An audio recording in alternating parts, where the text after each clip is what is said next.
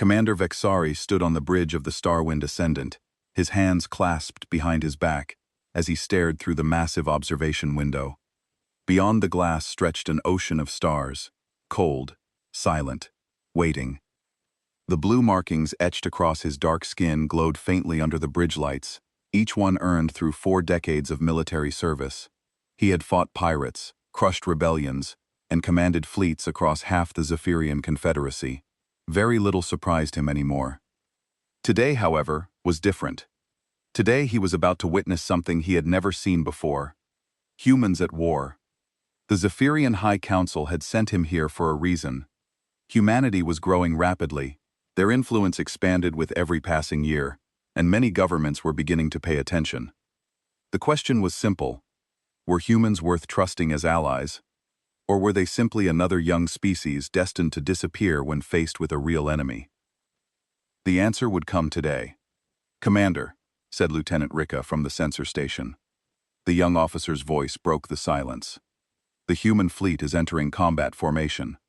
Vexari turned slightly. "Distance? 8 million kilometers and closing." Rika hesitated. "Should we move closer for a better view?" Vexari shook his head immediately. "No." His deep voice echoed across the bridge. "We remain hidden." The young officer nodded. "As you command." Using the ship's long-range observation systems, Vexari studied the battlefield. 20 human warships floated in formation against the backdrop of distant stars. At their center was the flagship, the USS Liberty, commanded by Captain Jake Morrison. Across from them waited the Krellian battle group, 30 warships, larger, heavily armored, brimming with enough firepower to overwhelm most regional fleets. The Krellians were feared across this sector of space for a reason. They believed in overwhelming force. Every battle was won through superior numbers and superior weapons. And today they possessed both. The tactical display calculated a 78% probability of a Krellian victory. Several officers on the bridge quietly exchanged looks. The outcome seemed obvious. Even Vexari found himself agreeing. On paper, the humans were outmatched, outgunned, outnumbered.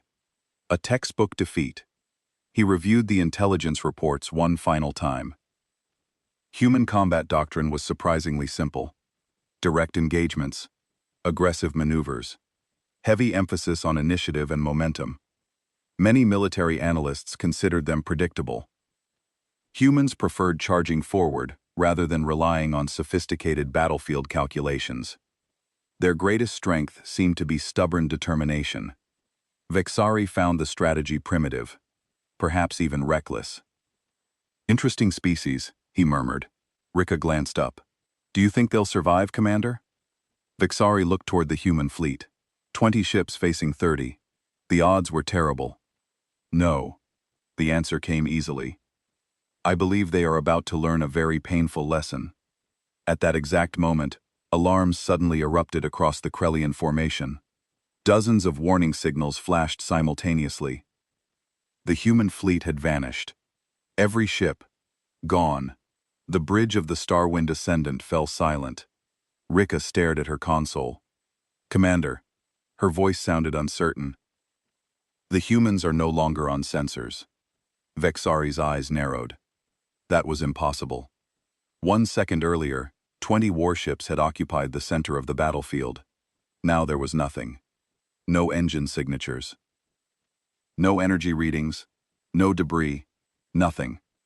Then the first Krellian battleship exploded. A sphere of fire blossomed across the darkness. Another followed. Then another. And another. And the Krellian formation descended into chaos. Vexari stepped forward slowly. For the first time in years, genuine surprise crossed his face. Perhaps the reports had been wrong. Perhaps humanity wasn't simple at all. And perhaps the galaxy was about to discover why human commanders preferred letting their enemies underestimate them. They just shot their weapons until the enemy was gone, or they were dead. "The Krellians are coming," Rika said. "Their ships are in the attack formation we learned about in school." Vexar nodded. The Krellian ships moved in a perfect line, just like the military book said they should. This was how real soldiers fought. They followed the rules. They did what worked before, but something was wrong with the human ships. Instead of moving forward to attack, they were moving backward. Some ships went left, others went right. It looked like they were running away. Are the humans afraid? Rika asked. Why are they not attacking? Vexar watched more carefully. The human captain, Jake Morrison, was talking to his officers on a channel that Vexitar could listen to. Amy, are you ready with the ghost signals? Morrison asked. Yes, sir, came the voice of Lieutenant Amy Foster. The Krellians will think we have 40 ships instead of 20. Good, Greg. How are your ships doing already? Jake, said Admiral Greg Parker. My group will come from behind when you give the signal. Vexitar felt confused. What were ghost signals? Where was Admiral Parker's group? He could only see 20 human ships, and they were all moving away from the battle. The Krellians moved forward, happy that the humans were running. Their commander was probably thinking this would be the easiest battle of his life. But then something strange happened. The human ships that were running away suddenly turned around, but now there seemed to be more of them. Vexar's equipment showed 40 human ships where there had been 20 before. That is not possible, Rickster said. Where did the other ships come from? Before Vexar could answer, more human ships appeared behind the Krellians. Admiral Parker's group had been hiding behind a small moon. The Krellians were now trapped between two groups of human ships. But Lieutenant Amy Foster was not done with her tricks. She made the human ships look like they were in different places than they really were. When the Krellians shot their weapons, they hit empty space. But when the humans shot back, they hit real Krellian ships. How are they doing this? Vexar asked himself. In 40 years of fighting, he had never seen anything like this. Captain Morrison's voice came over the radio again. Now, Amy, make them think we are hurt. Suddenly, many human ships looked like they were on fire and moving slowly. The Krellians thought they were winning and moved closer to finish the fight, but it was all fake. When the Krellians came close, the human ships were perfectly fine and shot them with all their weapons. Vexar watched as the Krellian commander tried to give orders to his ships, but his ships were confused. They did not know which human ships were real and which were fake. They did not know where the attacks were coming from. Some Krellian ships were shooting at ghosts, while real human ships attacked them from behind. Sir, Rika said quietly, the Krellians are losing, but they have bigger ships and more weapons. How are the humans winning? Vexar did not answer. He was thinking too hard. The humans were not following any fighting rules he knew. They were making up new rules as they fought. Every time the Krellians tried to do something, the humans were already ready for it. Lieutenant Amy Foster seemed to know what the Krellians would do before they did it. She told Captain Morrison, "They will try to break through our left side in 30 seconds. And 30 seconds later, that is exactly what the Krellians tried to do, but the humans were ready and stopped them easily.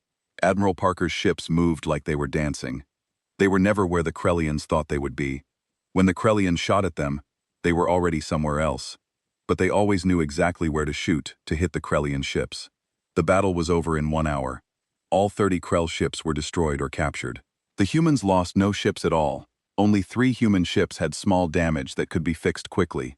Bexar sat down in his chair, feeling weak. In his 40 years as a soldier, he had never seen anything like this.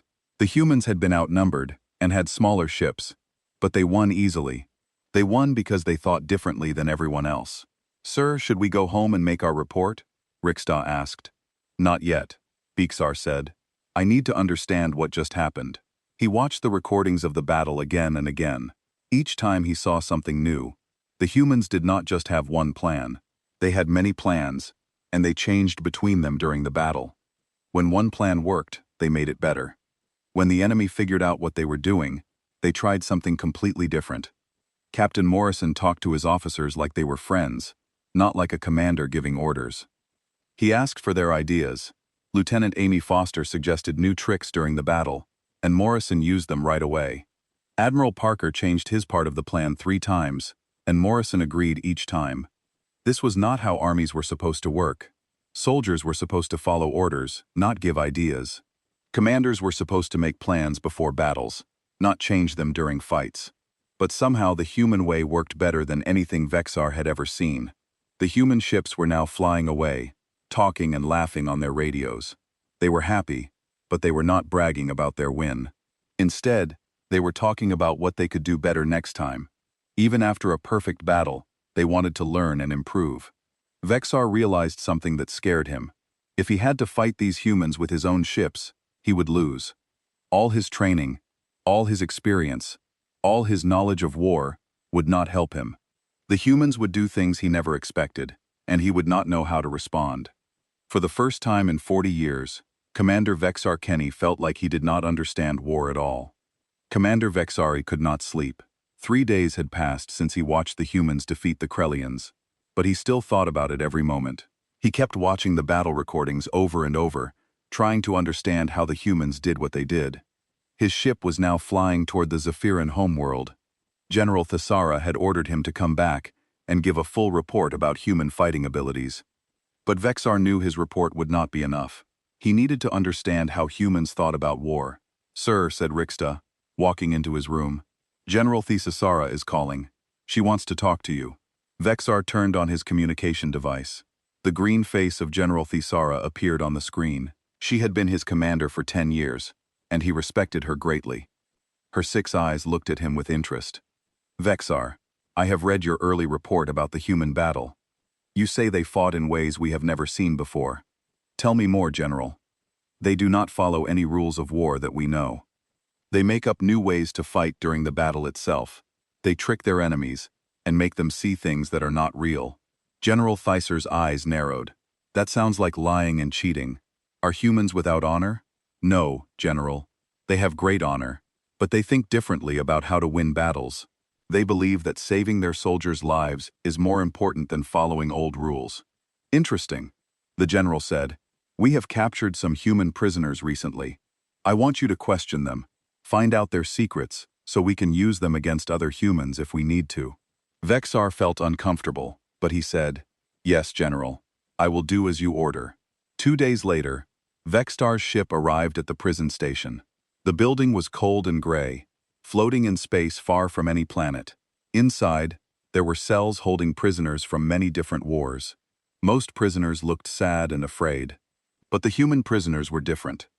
The guard, a young Zephyran named Kexo, led Vexar to the human section. "These humans are strange, sir. They do not act like other prisoners. They talk to each other all the time, and they seem almost happy." Vexitar looked through the window of the first cell. Inside were 2 humans. One was a man in a military uniform with gray hair and calm eyes. The other was a woman, in a different kind of uniform, younger but with an intelligent face. "Those are Colonel Ben Harris and Dr. Lisa Martinez," Chexo said. "The man is a military commander. The woman is some kind of mind doctor who works with soldiers." "Bring them to the question room," Vexar said. A few minutes later, Vexar sat across from the 2 humans. Colonel Harris looked at him without fear. Dr. Martinez seemed curious about him, like she wanted to understand what kind of creature he was. "I am Commander Vexar Canny," he said in English, which he had learned from studying human communications. "I want to ask you about how humans fight wars." Colonel Harris smiled a little. "Are you the one who watched our battle with the Krellians? Our sensors picked up a Zephyran ship hiding nearby." BXR was surprised. "You knew we were there?" "Of course," Dr. Martinez said. "Captain Morrison always knows when someone is watching, but he did not mind. He figured you were there to learn something." "I do want to learn," Vexar said honestly. "Your people fight in ways I have never seen. How do you make plans that change during battle? How do you know what your enemies will do before they do it?" Colonel Harris and Dr. Martinez looked at each other. Then Harris said, "We can talk about general ideas. We will not tell you secret information, but we can explain how humans think about fighting. Humans do not really make battle plans." Dr. Martinez began. "We make ideas about what might happen, and then we prepare to change those ideas when we need to." "But that makes no sense," Vexar said. "How can you coordinate many ships if everyone is changing the plan?" "We teach our people to think, not just to follow orders," Harris explained. "Every human soldier learns to see problems and solve them quickly. We do not wait for orders from commanders who are far away." Dr. Martinez nodded. "In human military psychology, we have learned that the person closest to a problem usually has the best ideas about how to solve it. So we let our soldiers make decisions. But what about discipline? What about following orders?" Vexitar asked. "We follow orders about what we want to achieve," Harris said. "But how we achieve it, that is up to each soldier to figure out. If I tell a soldier to capture a building, I do not tell him exactly how to do it. He looks at the situation and decides the best way. This was completely different from Zephyrian military thinking. In Vexar's army, every soldier had exact instructions for every situation. There were rules for everything. Let me tell you a story, Harris said. Many years ago on Earth, there was a battle called Thermopylae. 300 Spartan soldiers fought against hundreds of thousands of Persian soldiers. The Spartans knew they would probably die, but they chose the perfect place to fight.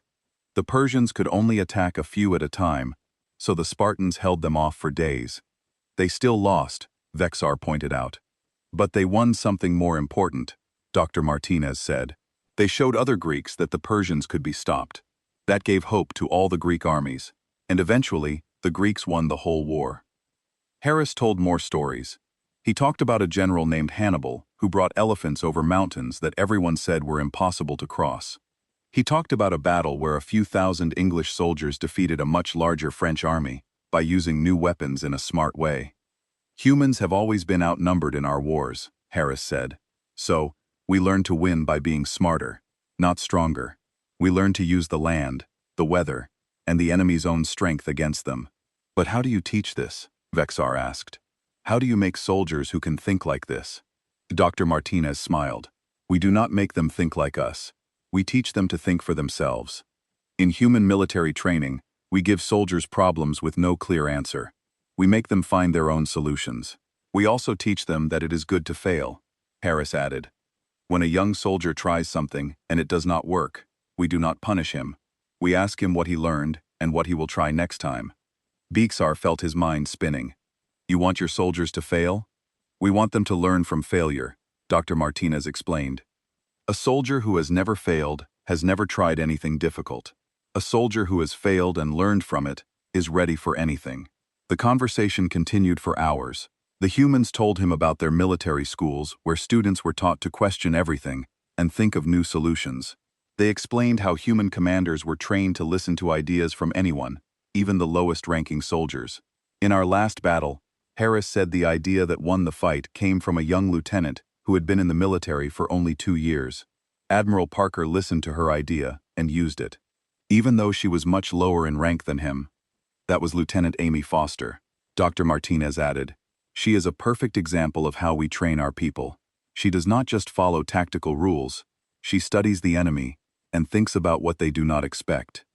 Beakstar realized something important. You do not have one way of fighting. You have as many ways as you have soldiers. Exactly, Harris said. Every human soldier is taught to be creative.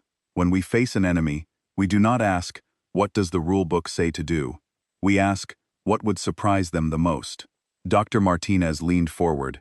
Commander, can I ask you something? In your military, what happens if a soldier suggests a different way to do something? Vexter thought about it. He would be punished for not following orders. And that, she said gently, is why you will always lose to humans in battle. We have millions of minds all trying to solve the same problem. You have one mind telling everyone else what to do. When Vexitar left the prison that day, his head was full of new ideas. The humans had not told him any military secrets, but they had shown him something much more important. They had shown him a completely different way of thinking about war. That night he tried to write his report for General Tessera, but every time he started, he realized that he could not explain what he had learned in a simple report. The human way of fighting was not about weapons or tactics. It was about how they thought about problems. For the first time in his life, Vexitar began to question everything he had been taught about being a soldier. Vexitar sat alone in his dark room, staring at the blank report screen. It had been 3 weeks since he talked to the human prisoners, and he still could not write his report to General Tyura. Every time he tried to explain what he had learned, the words seemed wrong. How could he tell his general that everything they knew about war was incomplete? How could he explain that the humans were not just different, but maybe better at fighting than the Zafarans? He turned on his viewing screen and watched more recordings of human battles. His ship's computer had collected hundreds of them from different wars. Each battle showed him something new about how humans fought. In one battle, Captain Jake Morrison's fleet fought against the Nexus swarm ships. The Nexus had thousands of small, fast ships that attacked like angry insects. Most armies would use big weapons to destroy many small ships at once. But the humans did something different. They created a trap. Morrison's ships flew into a narrow space between two large rocks. When the Nexus ships followed them, the humans used the rocks to limit where the enemy could fly. The Nexus ships got in each other's way and could not use their speed advantage. The humans destroyed them easily. Smart, Beezar said to himself. They made the enemy's strength become a weakness. He watched another battle where humans fought against his own people. A small group of Zephyrin ships had attacked a human supply convoy. The Zephyrin commander followed perfect military doctrine. He attacked the strongest human ships first, trying to destroy the convoy's protection. But the humans did not defend their convoy the way the rulebook said they should. Instead, they let the Zephyrin ships get close. Then the supply ships themselves opened fire. The supply ships were actually warships, disguised to look harmless. The Zephyrian commander was so surprised that his ships were destroyed before they could react. They made us see what we expected to see, Vexar realized. They knew we would attack the obvious targets, so they made the wrong targets look obvious. He found a third battle, where humans fought against the heavily armored Krellian dreadnoughts. The Krellian ships were huge and almost impossible to destroy with normal weapons. Any sensible commander would either run away or bring bigger ships to fight them. The humans brought smaller ships, but they did not try to destroy the Krellian ships. Instead, they attached small devices to the outside of the enemy ships. These devices jammed the Krellian sensors and communications. The big ships became blind and deaf. They could not see where to shoot or talk to each other. The humans then attacked the helpless giants with precision strikes. Vexar turned off the viewing screen and rubbed his tired eyes. Every human battle showed the same pattern. The humans would look at their enemy and ask, "What does this enemy do well? How can we make that strength useless?" They never fought the same way twice. Against fast enemies, they used traps and obstacles. Against strong enemies, they used tricks and deceptions. Against smart enemies, they did things that seemed crazy, but actually made perfect sense. His door chimed. "Come in," he said. Rixta entered carrying a message pad. "Sir, General Thisasara wants your report. She says the High Command is getting impatient." BXR took the message pad and read it. General Thisara had written, "Commander Caney, we need your analysis of human military capabilities immediately. The High Marshal is planning our response to human expansion in this sector. We must know their weaknesses, so we can exploit them." "Rika," BXR said slowly. "What would you do if you had to fight the humans?" The young officer thought for a moment. "I would follow the standard attack formation.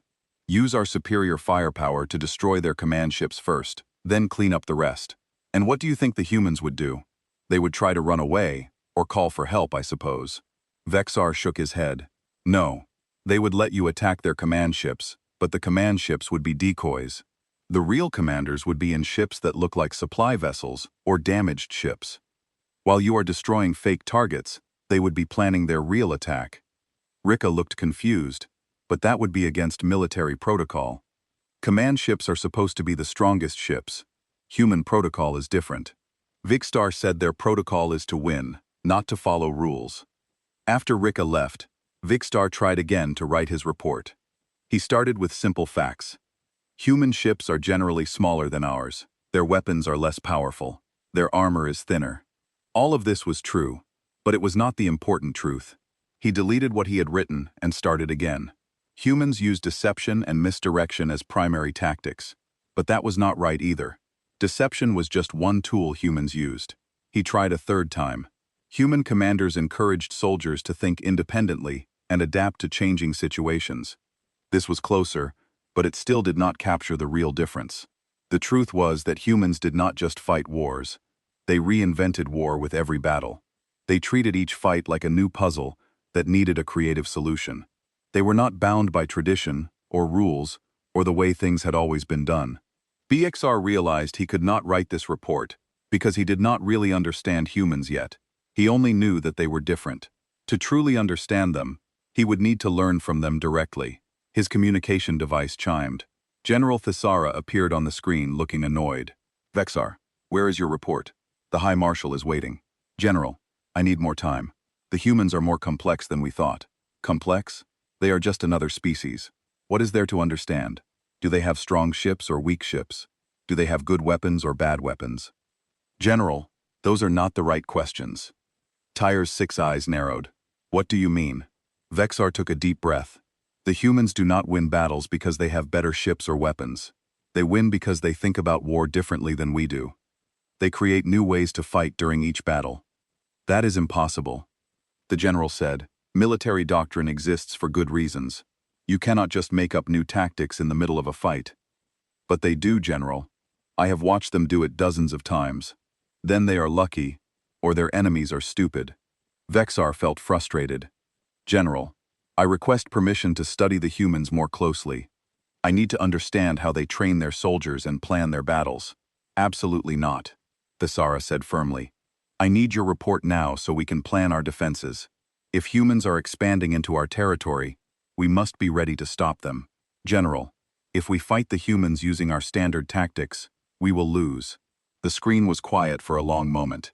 Then Thera said, Commander Kane, you have served with honor for 40 years, but I think watching these battles has confused you. The Zephyran military has never lost a war.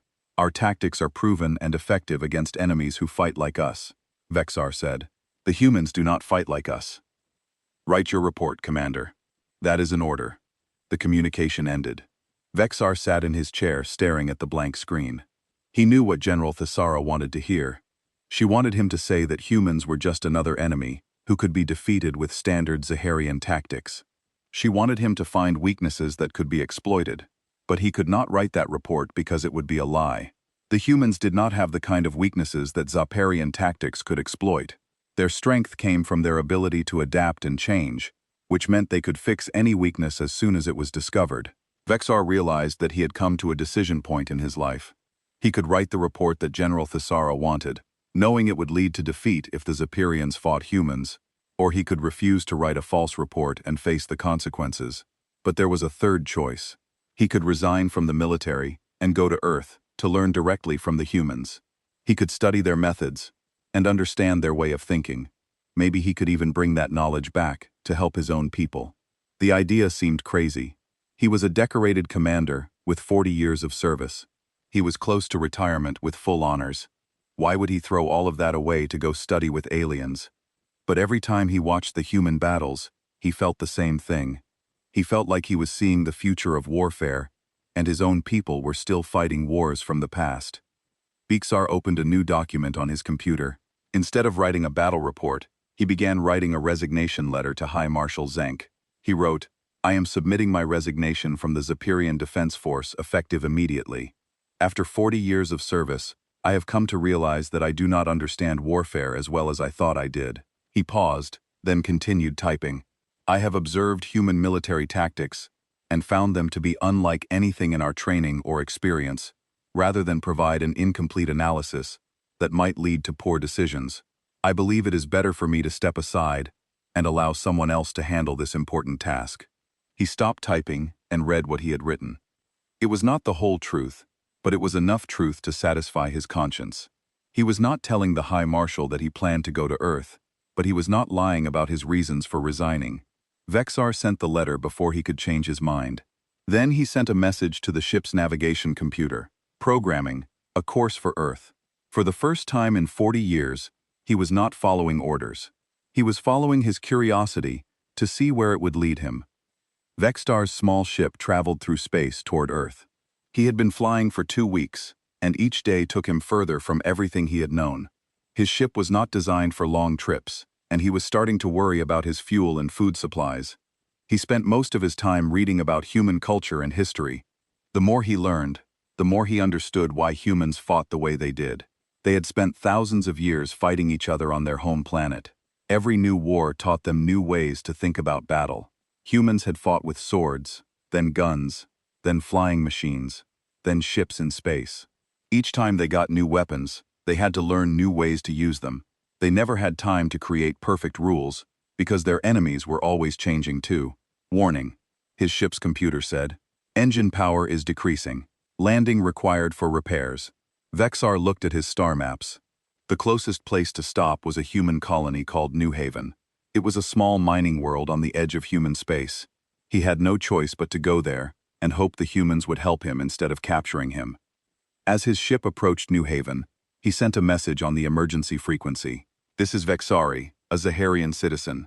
My ship needs repairs. I request permission to land. The answer came quickly. This is New Haven Control. You are cleared to land at Pad 7. Medical and repair teams are standing by. Beakstar was surprised. The humans did not sound afraid or suspicious. They sounded helpful, like they dealt with alien visitors every day.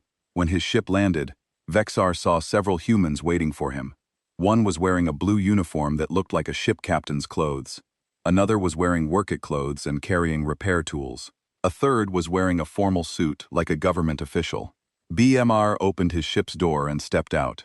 The humans did not point weapons at him or act like he was dangerous.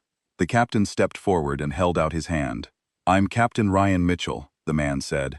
"Welcome to New Haven." "Are you injured?" "No, I am not hurt," Vexar replied, shaking the human's hand carefully. "My ship has engine problems. I need repairs before I can continue my journey." The woman with the tools walked over to look at his ship.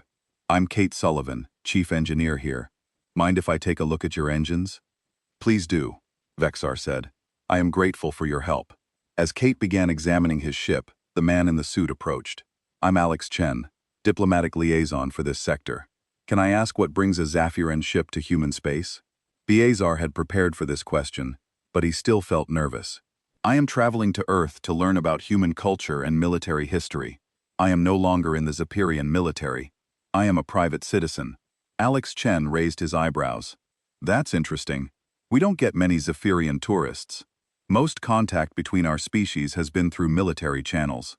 Captain Mitchell nodded. "Alex is right, but if you're here peacefully, you're welcome. We believe in helping travelers no matter where they come from." Kate Sullivan called out from under his ship. "I found your problem. Your fuel converter is running too hot. It's an easy fix, but I'll need a few hours." "I have no money to pay you," Vexar said honestly. "Don't worry about it," Kate said. "We help people who need help. That's what neighbors do." Vexar was confused. "But I am not your neighbor. I am from a different species." Captain Mitchell smiled. "Out here in space, everyone is a neighbor. We're all just trying to get by in a big, empty universe." While Kate worked on his ship, Alex Chen took Vexar on a tour of the colony. New Haven was small with only a few thousand people, but it was well organized. The humans had built their town to work with the planet's environment, instead of fighting against it. "We mine rare metals here," Alex explained as they walked. "But we also grow food and make art. Humans like to do many different things. Even in a small place like this, they stopped at a small building where children were learning." Through the window, Vexar could see a teacher showing the children how to solve problems using different methods. "What are they learning?" he asked. "Critical thinking," Alex said. "We teach our children to look at problems from many angles and find creative solutions. We don't just tell them what to think, we teach them how to think." This reminded Vexitar of what Colonel Harris had told him about human military training. Even the children were being taught to think like the human soldiers he had observed. As they continued walking, they met Commander Sam Torres, a human military officer who was visiting the colony. When Alex introduced Vexitar and explained his mission, Torres became very interested. "You resigned from the Zephyrian military to study human warfare?" Torres asked. "That's quite a sacrifice. Can I ask why?" Vexitar thought carefully about his answer. "I watched human ships fight, and I realized that everything I learned in 40 years of military service was incomplete. Your people fight in ways I do not understand." Torres nodded slowly. "Would you like to observe some of our training exercises while you're here? We have a small training facility on this world." "I would be honored," Vexar said. The next day, Torres took Vexar to watch human soldiers practice. But this was not like any military training Vexar had ever seen. Instead of teaching the soldiers to follow specific procedures, the instructors gave them problems with no clear solutions. "Your team needs to capture that building," one instructor told a group of young soldiers. "The enemy has more weapons than you do, and they know you are coming. You have 1 hour to make a plan."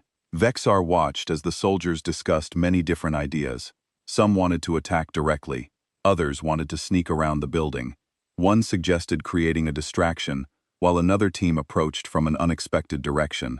The instructor did not tell them which idea was correct. Instead, he asked questions. "What will happen if the enemy sees you coming? What if they have backup weapons you don't know about? What if your first plan doesn't work?" The soldiers kept changing their plan as they thought of new problems. Finally, they decided to use 3 different approaches at the same time. If one plan failed, the others might still work. Why do you not teach them the correct way to capture a building? Bear asked Torres. Because there is no correct way, Torres replied. Every building is different. Every enemy is different. Every situation is unique. We teach our soldiers to analyze and adapt, not to memorize procedures. During the exercise, Vexor watched the young soldiers work together. When one soldier had an idea, the others listened. When someone made a mistake, the team figured out how to fix it. The person in charge was not the only one making decisions. In the Zapirian military, soldiers follow orders from their commander. BXR said, "Here, it looks like everyone is a commander." That's exactly right, Torres said. We train every soldier to think like a leader. When the real commander is killed or captured, someone else can take over immediately. The exercise ended successfully. The soldiers had captured the building using a combination of stealth, distraction, and direct attack. But Torres was more interested in how they thought than in whether they won. "What did you learn?"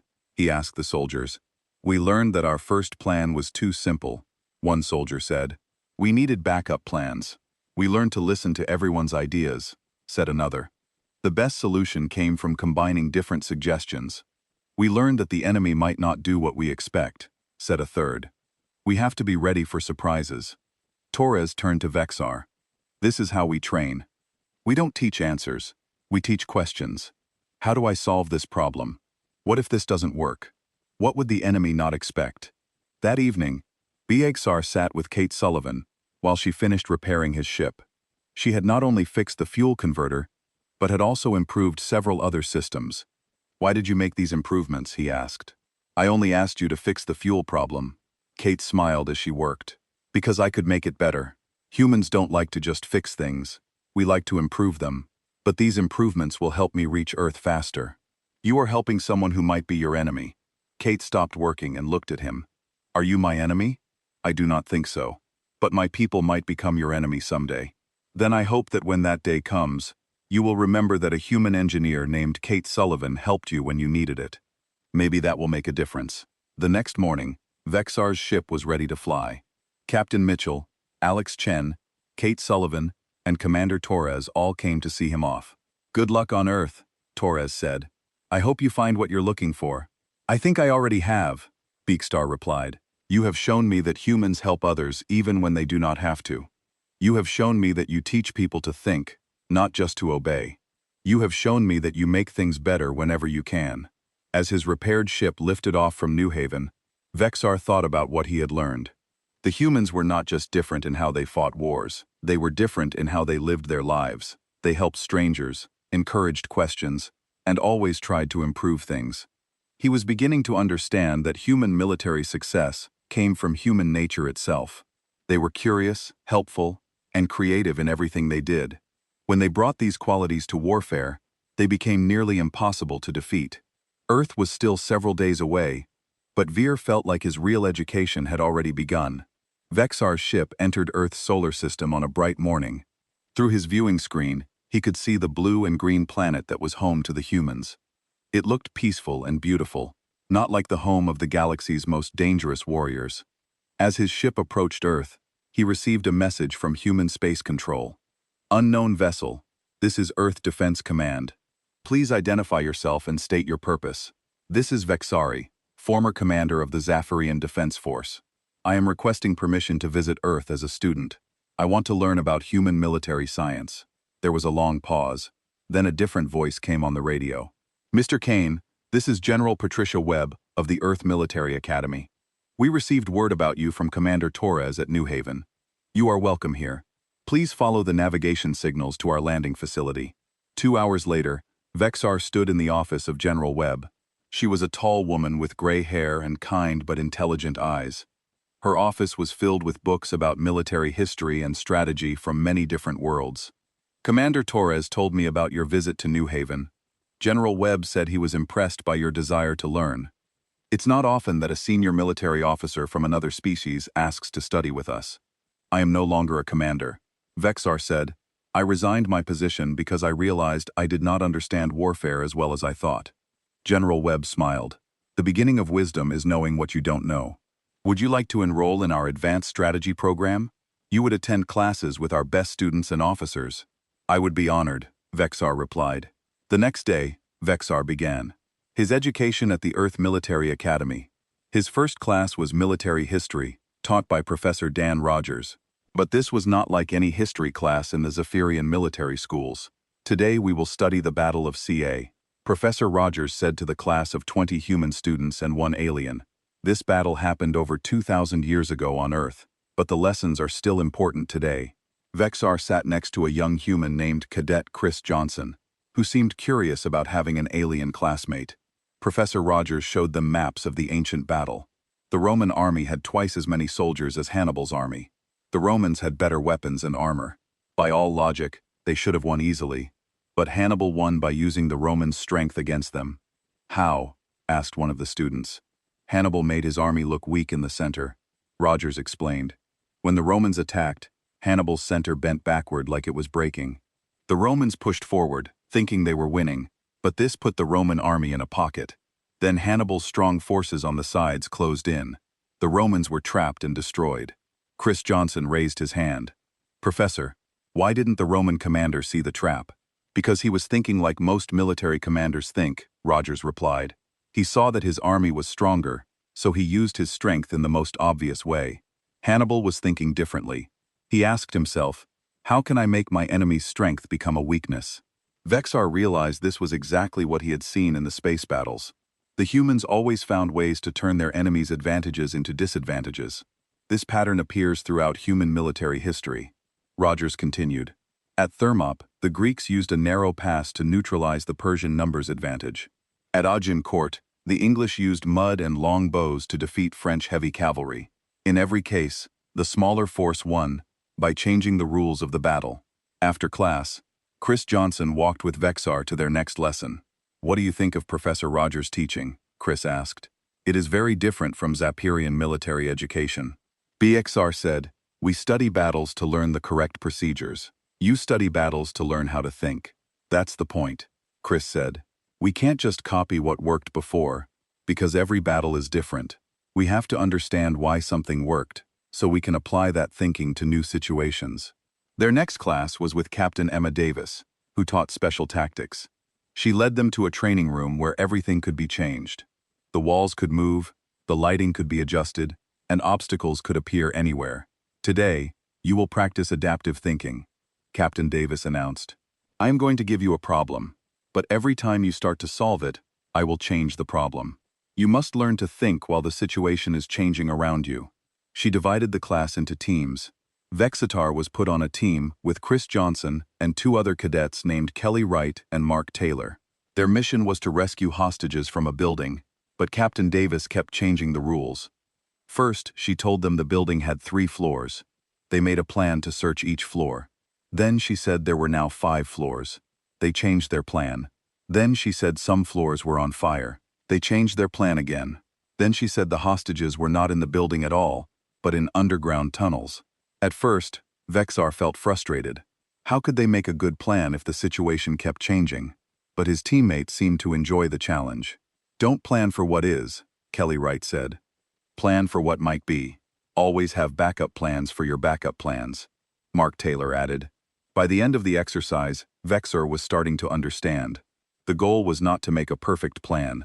The goal was to learn how to think quickly when everything went wrong. Good work, Captain Davis said when the exercise ended. Now tell me what you learned.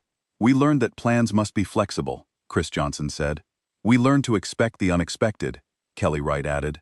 We learned that the mission is more important than the plan, Mark Taylor said. BXR raised his hand. I learned that problems are not obstacles. They are information. Each new problem tells us something about what we are really facing. Captain Davis smiled. Excellent observation, Vexar. That kind of thinking will serve you well. Over the following weeks, Vexar studied with Major Tony Garcia, who taught logistics and resource management. Garcia showed him how human supply lines were designed to be flexible and self-repairing. Most armies have supply chains, Garcia explained.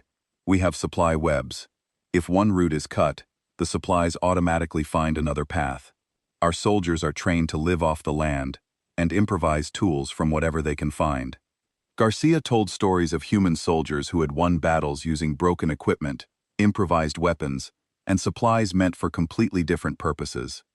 A human soldier with a broken radio and a handful of spare parts is still dangerous, he said. Because humans don't just use tools, they improve tools and create new tools. BXR's favorite class was with Dr. Ruth Parker, who taught military psychology. She explained how human commanders motivated their troops and made decisions under pressure. Fear is not the enemy, Dr. Parker taught. Fear gives us information about danger. The enemy is panic, which happens when fear overwhelms thinking. We train our soldiers to feel fear, but still think clearly. She showed them exercises where soldiers had to solve complex problems while being shouted at, while loud noises played, and while fake explosions went off around them. The goal was to learn to think under any conditions. In real combat, there is always chaos, she explained. The side that can think clearly in chaos has a huge advantage. After 2 months of study, Fixar participated in his first major training exercise. He was assigned to lead a mixed team of human students in a simulated battle against another team. For the first time in his life, instead of following established procedures, Vexar tried to think like the humans had taught him. He looked at the enemy team and asked, "What do they expect us to do? What would surprise them?" His team was supposed to capture a defended position. The enemy expected a direct attack or a flanking maneuver. Instead, Beakstar had his team pretend to retreat.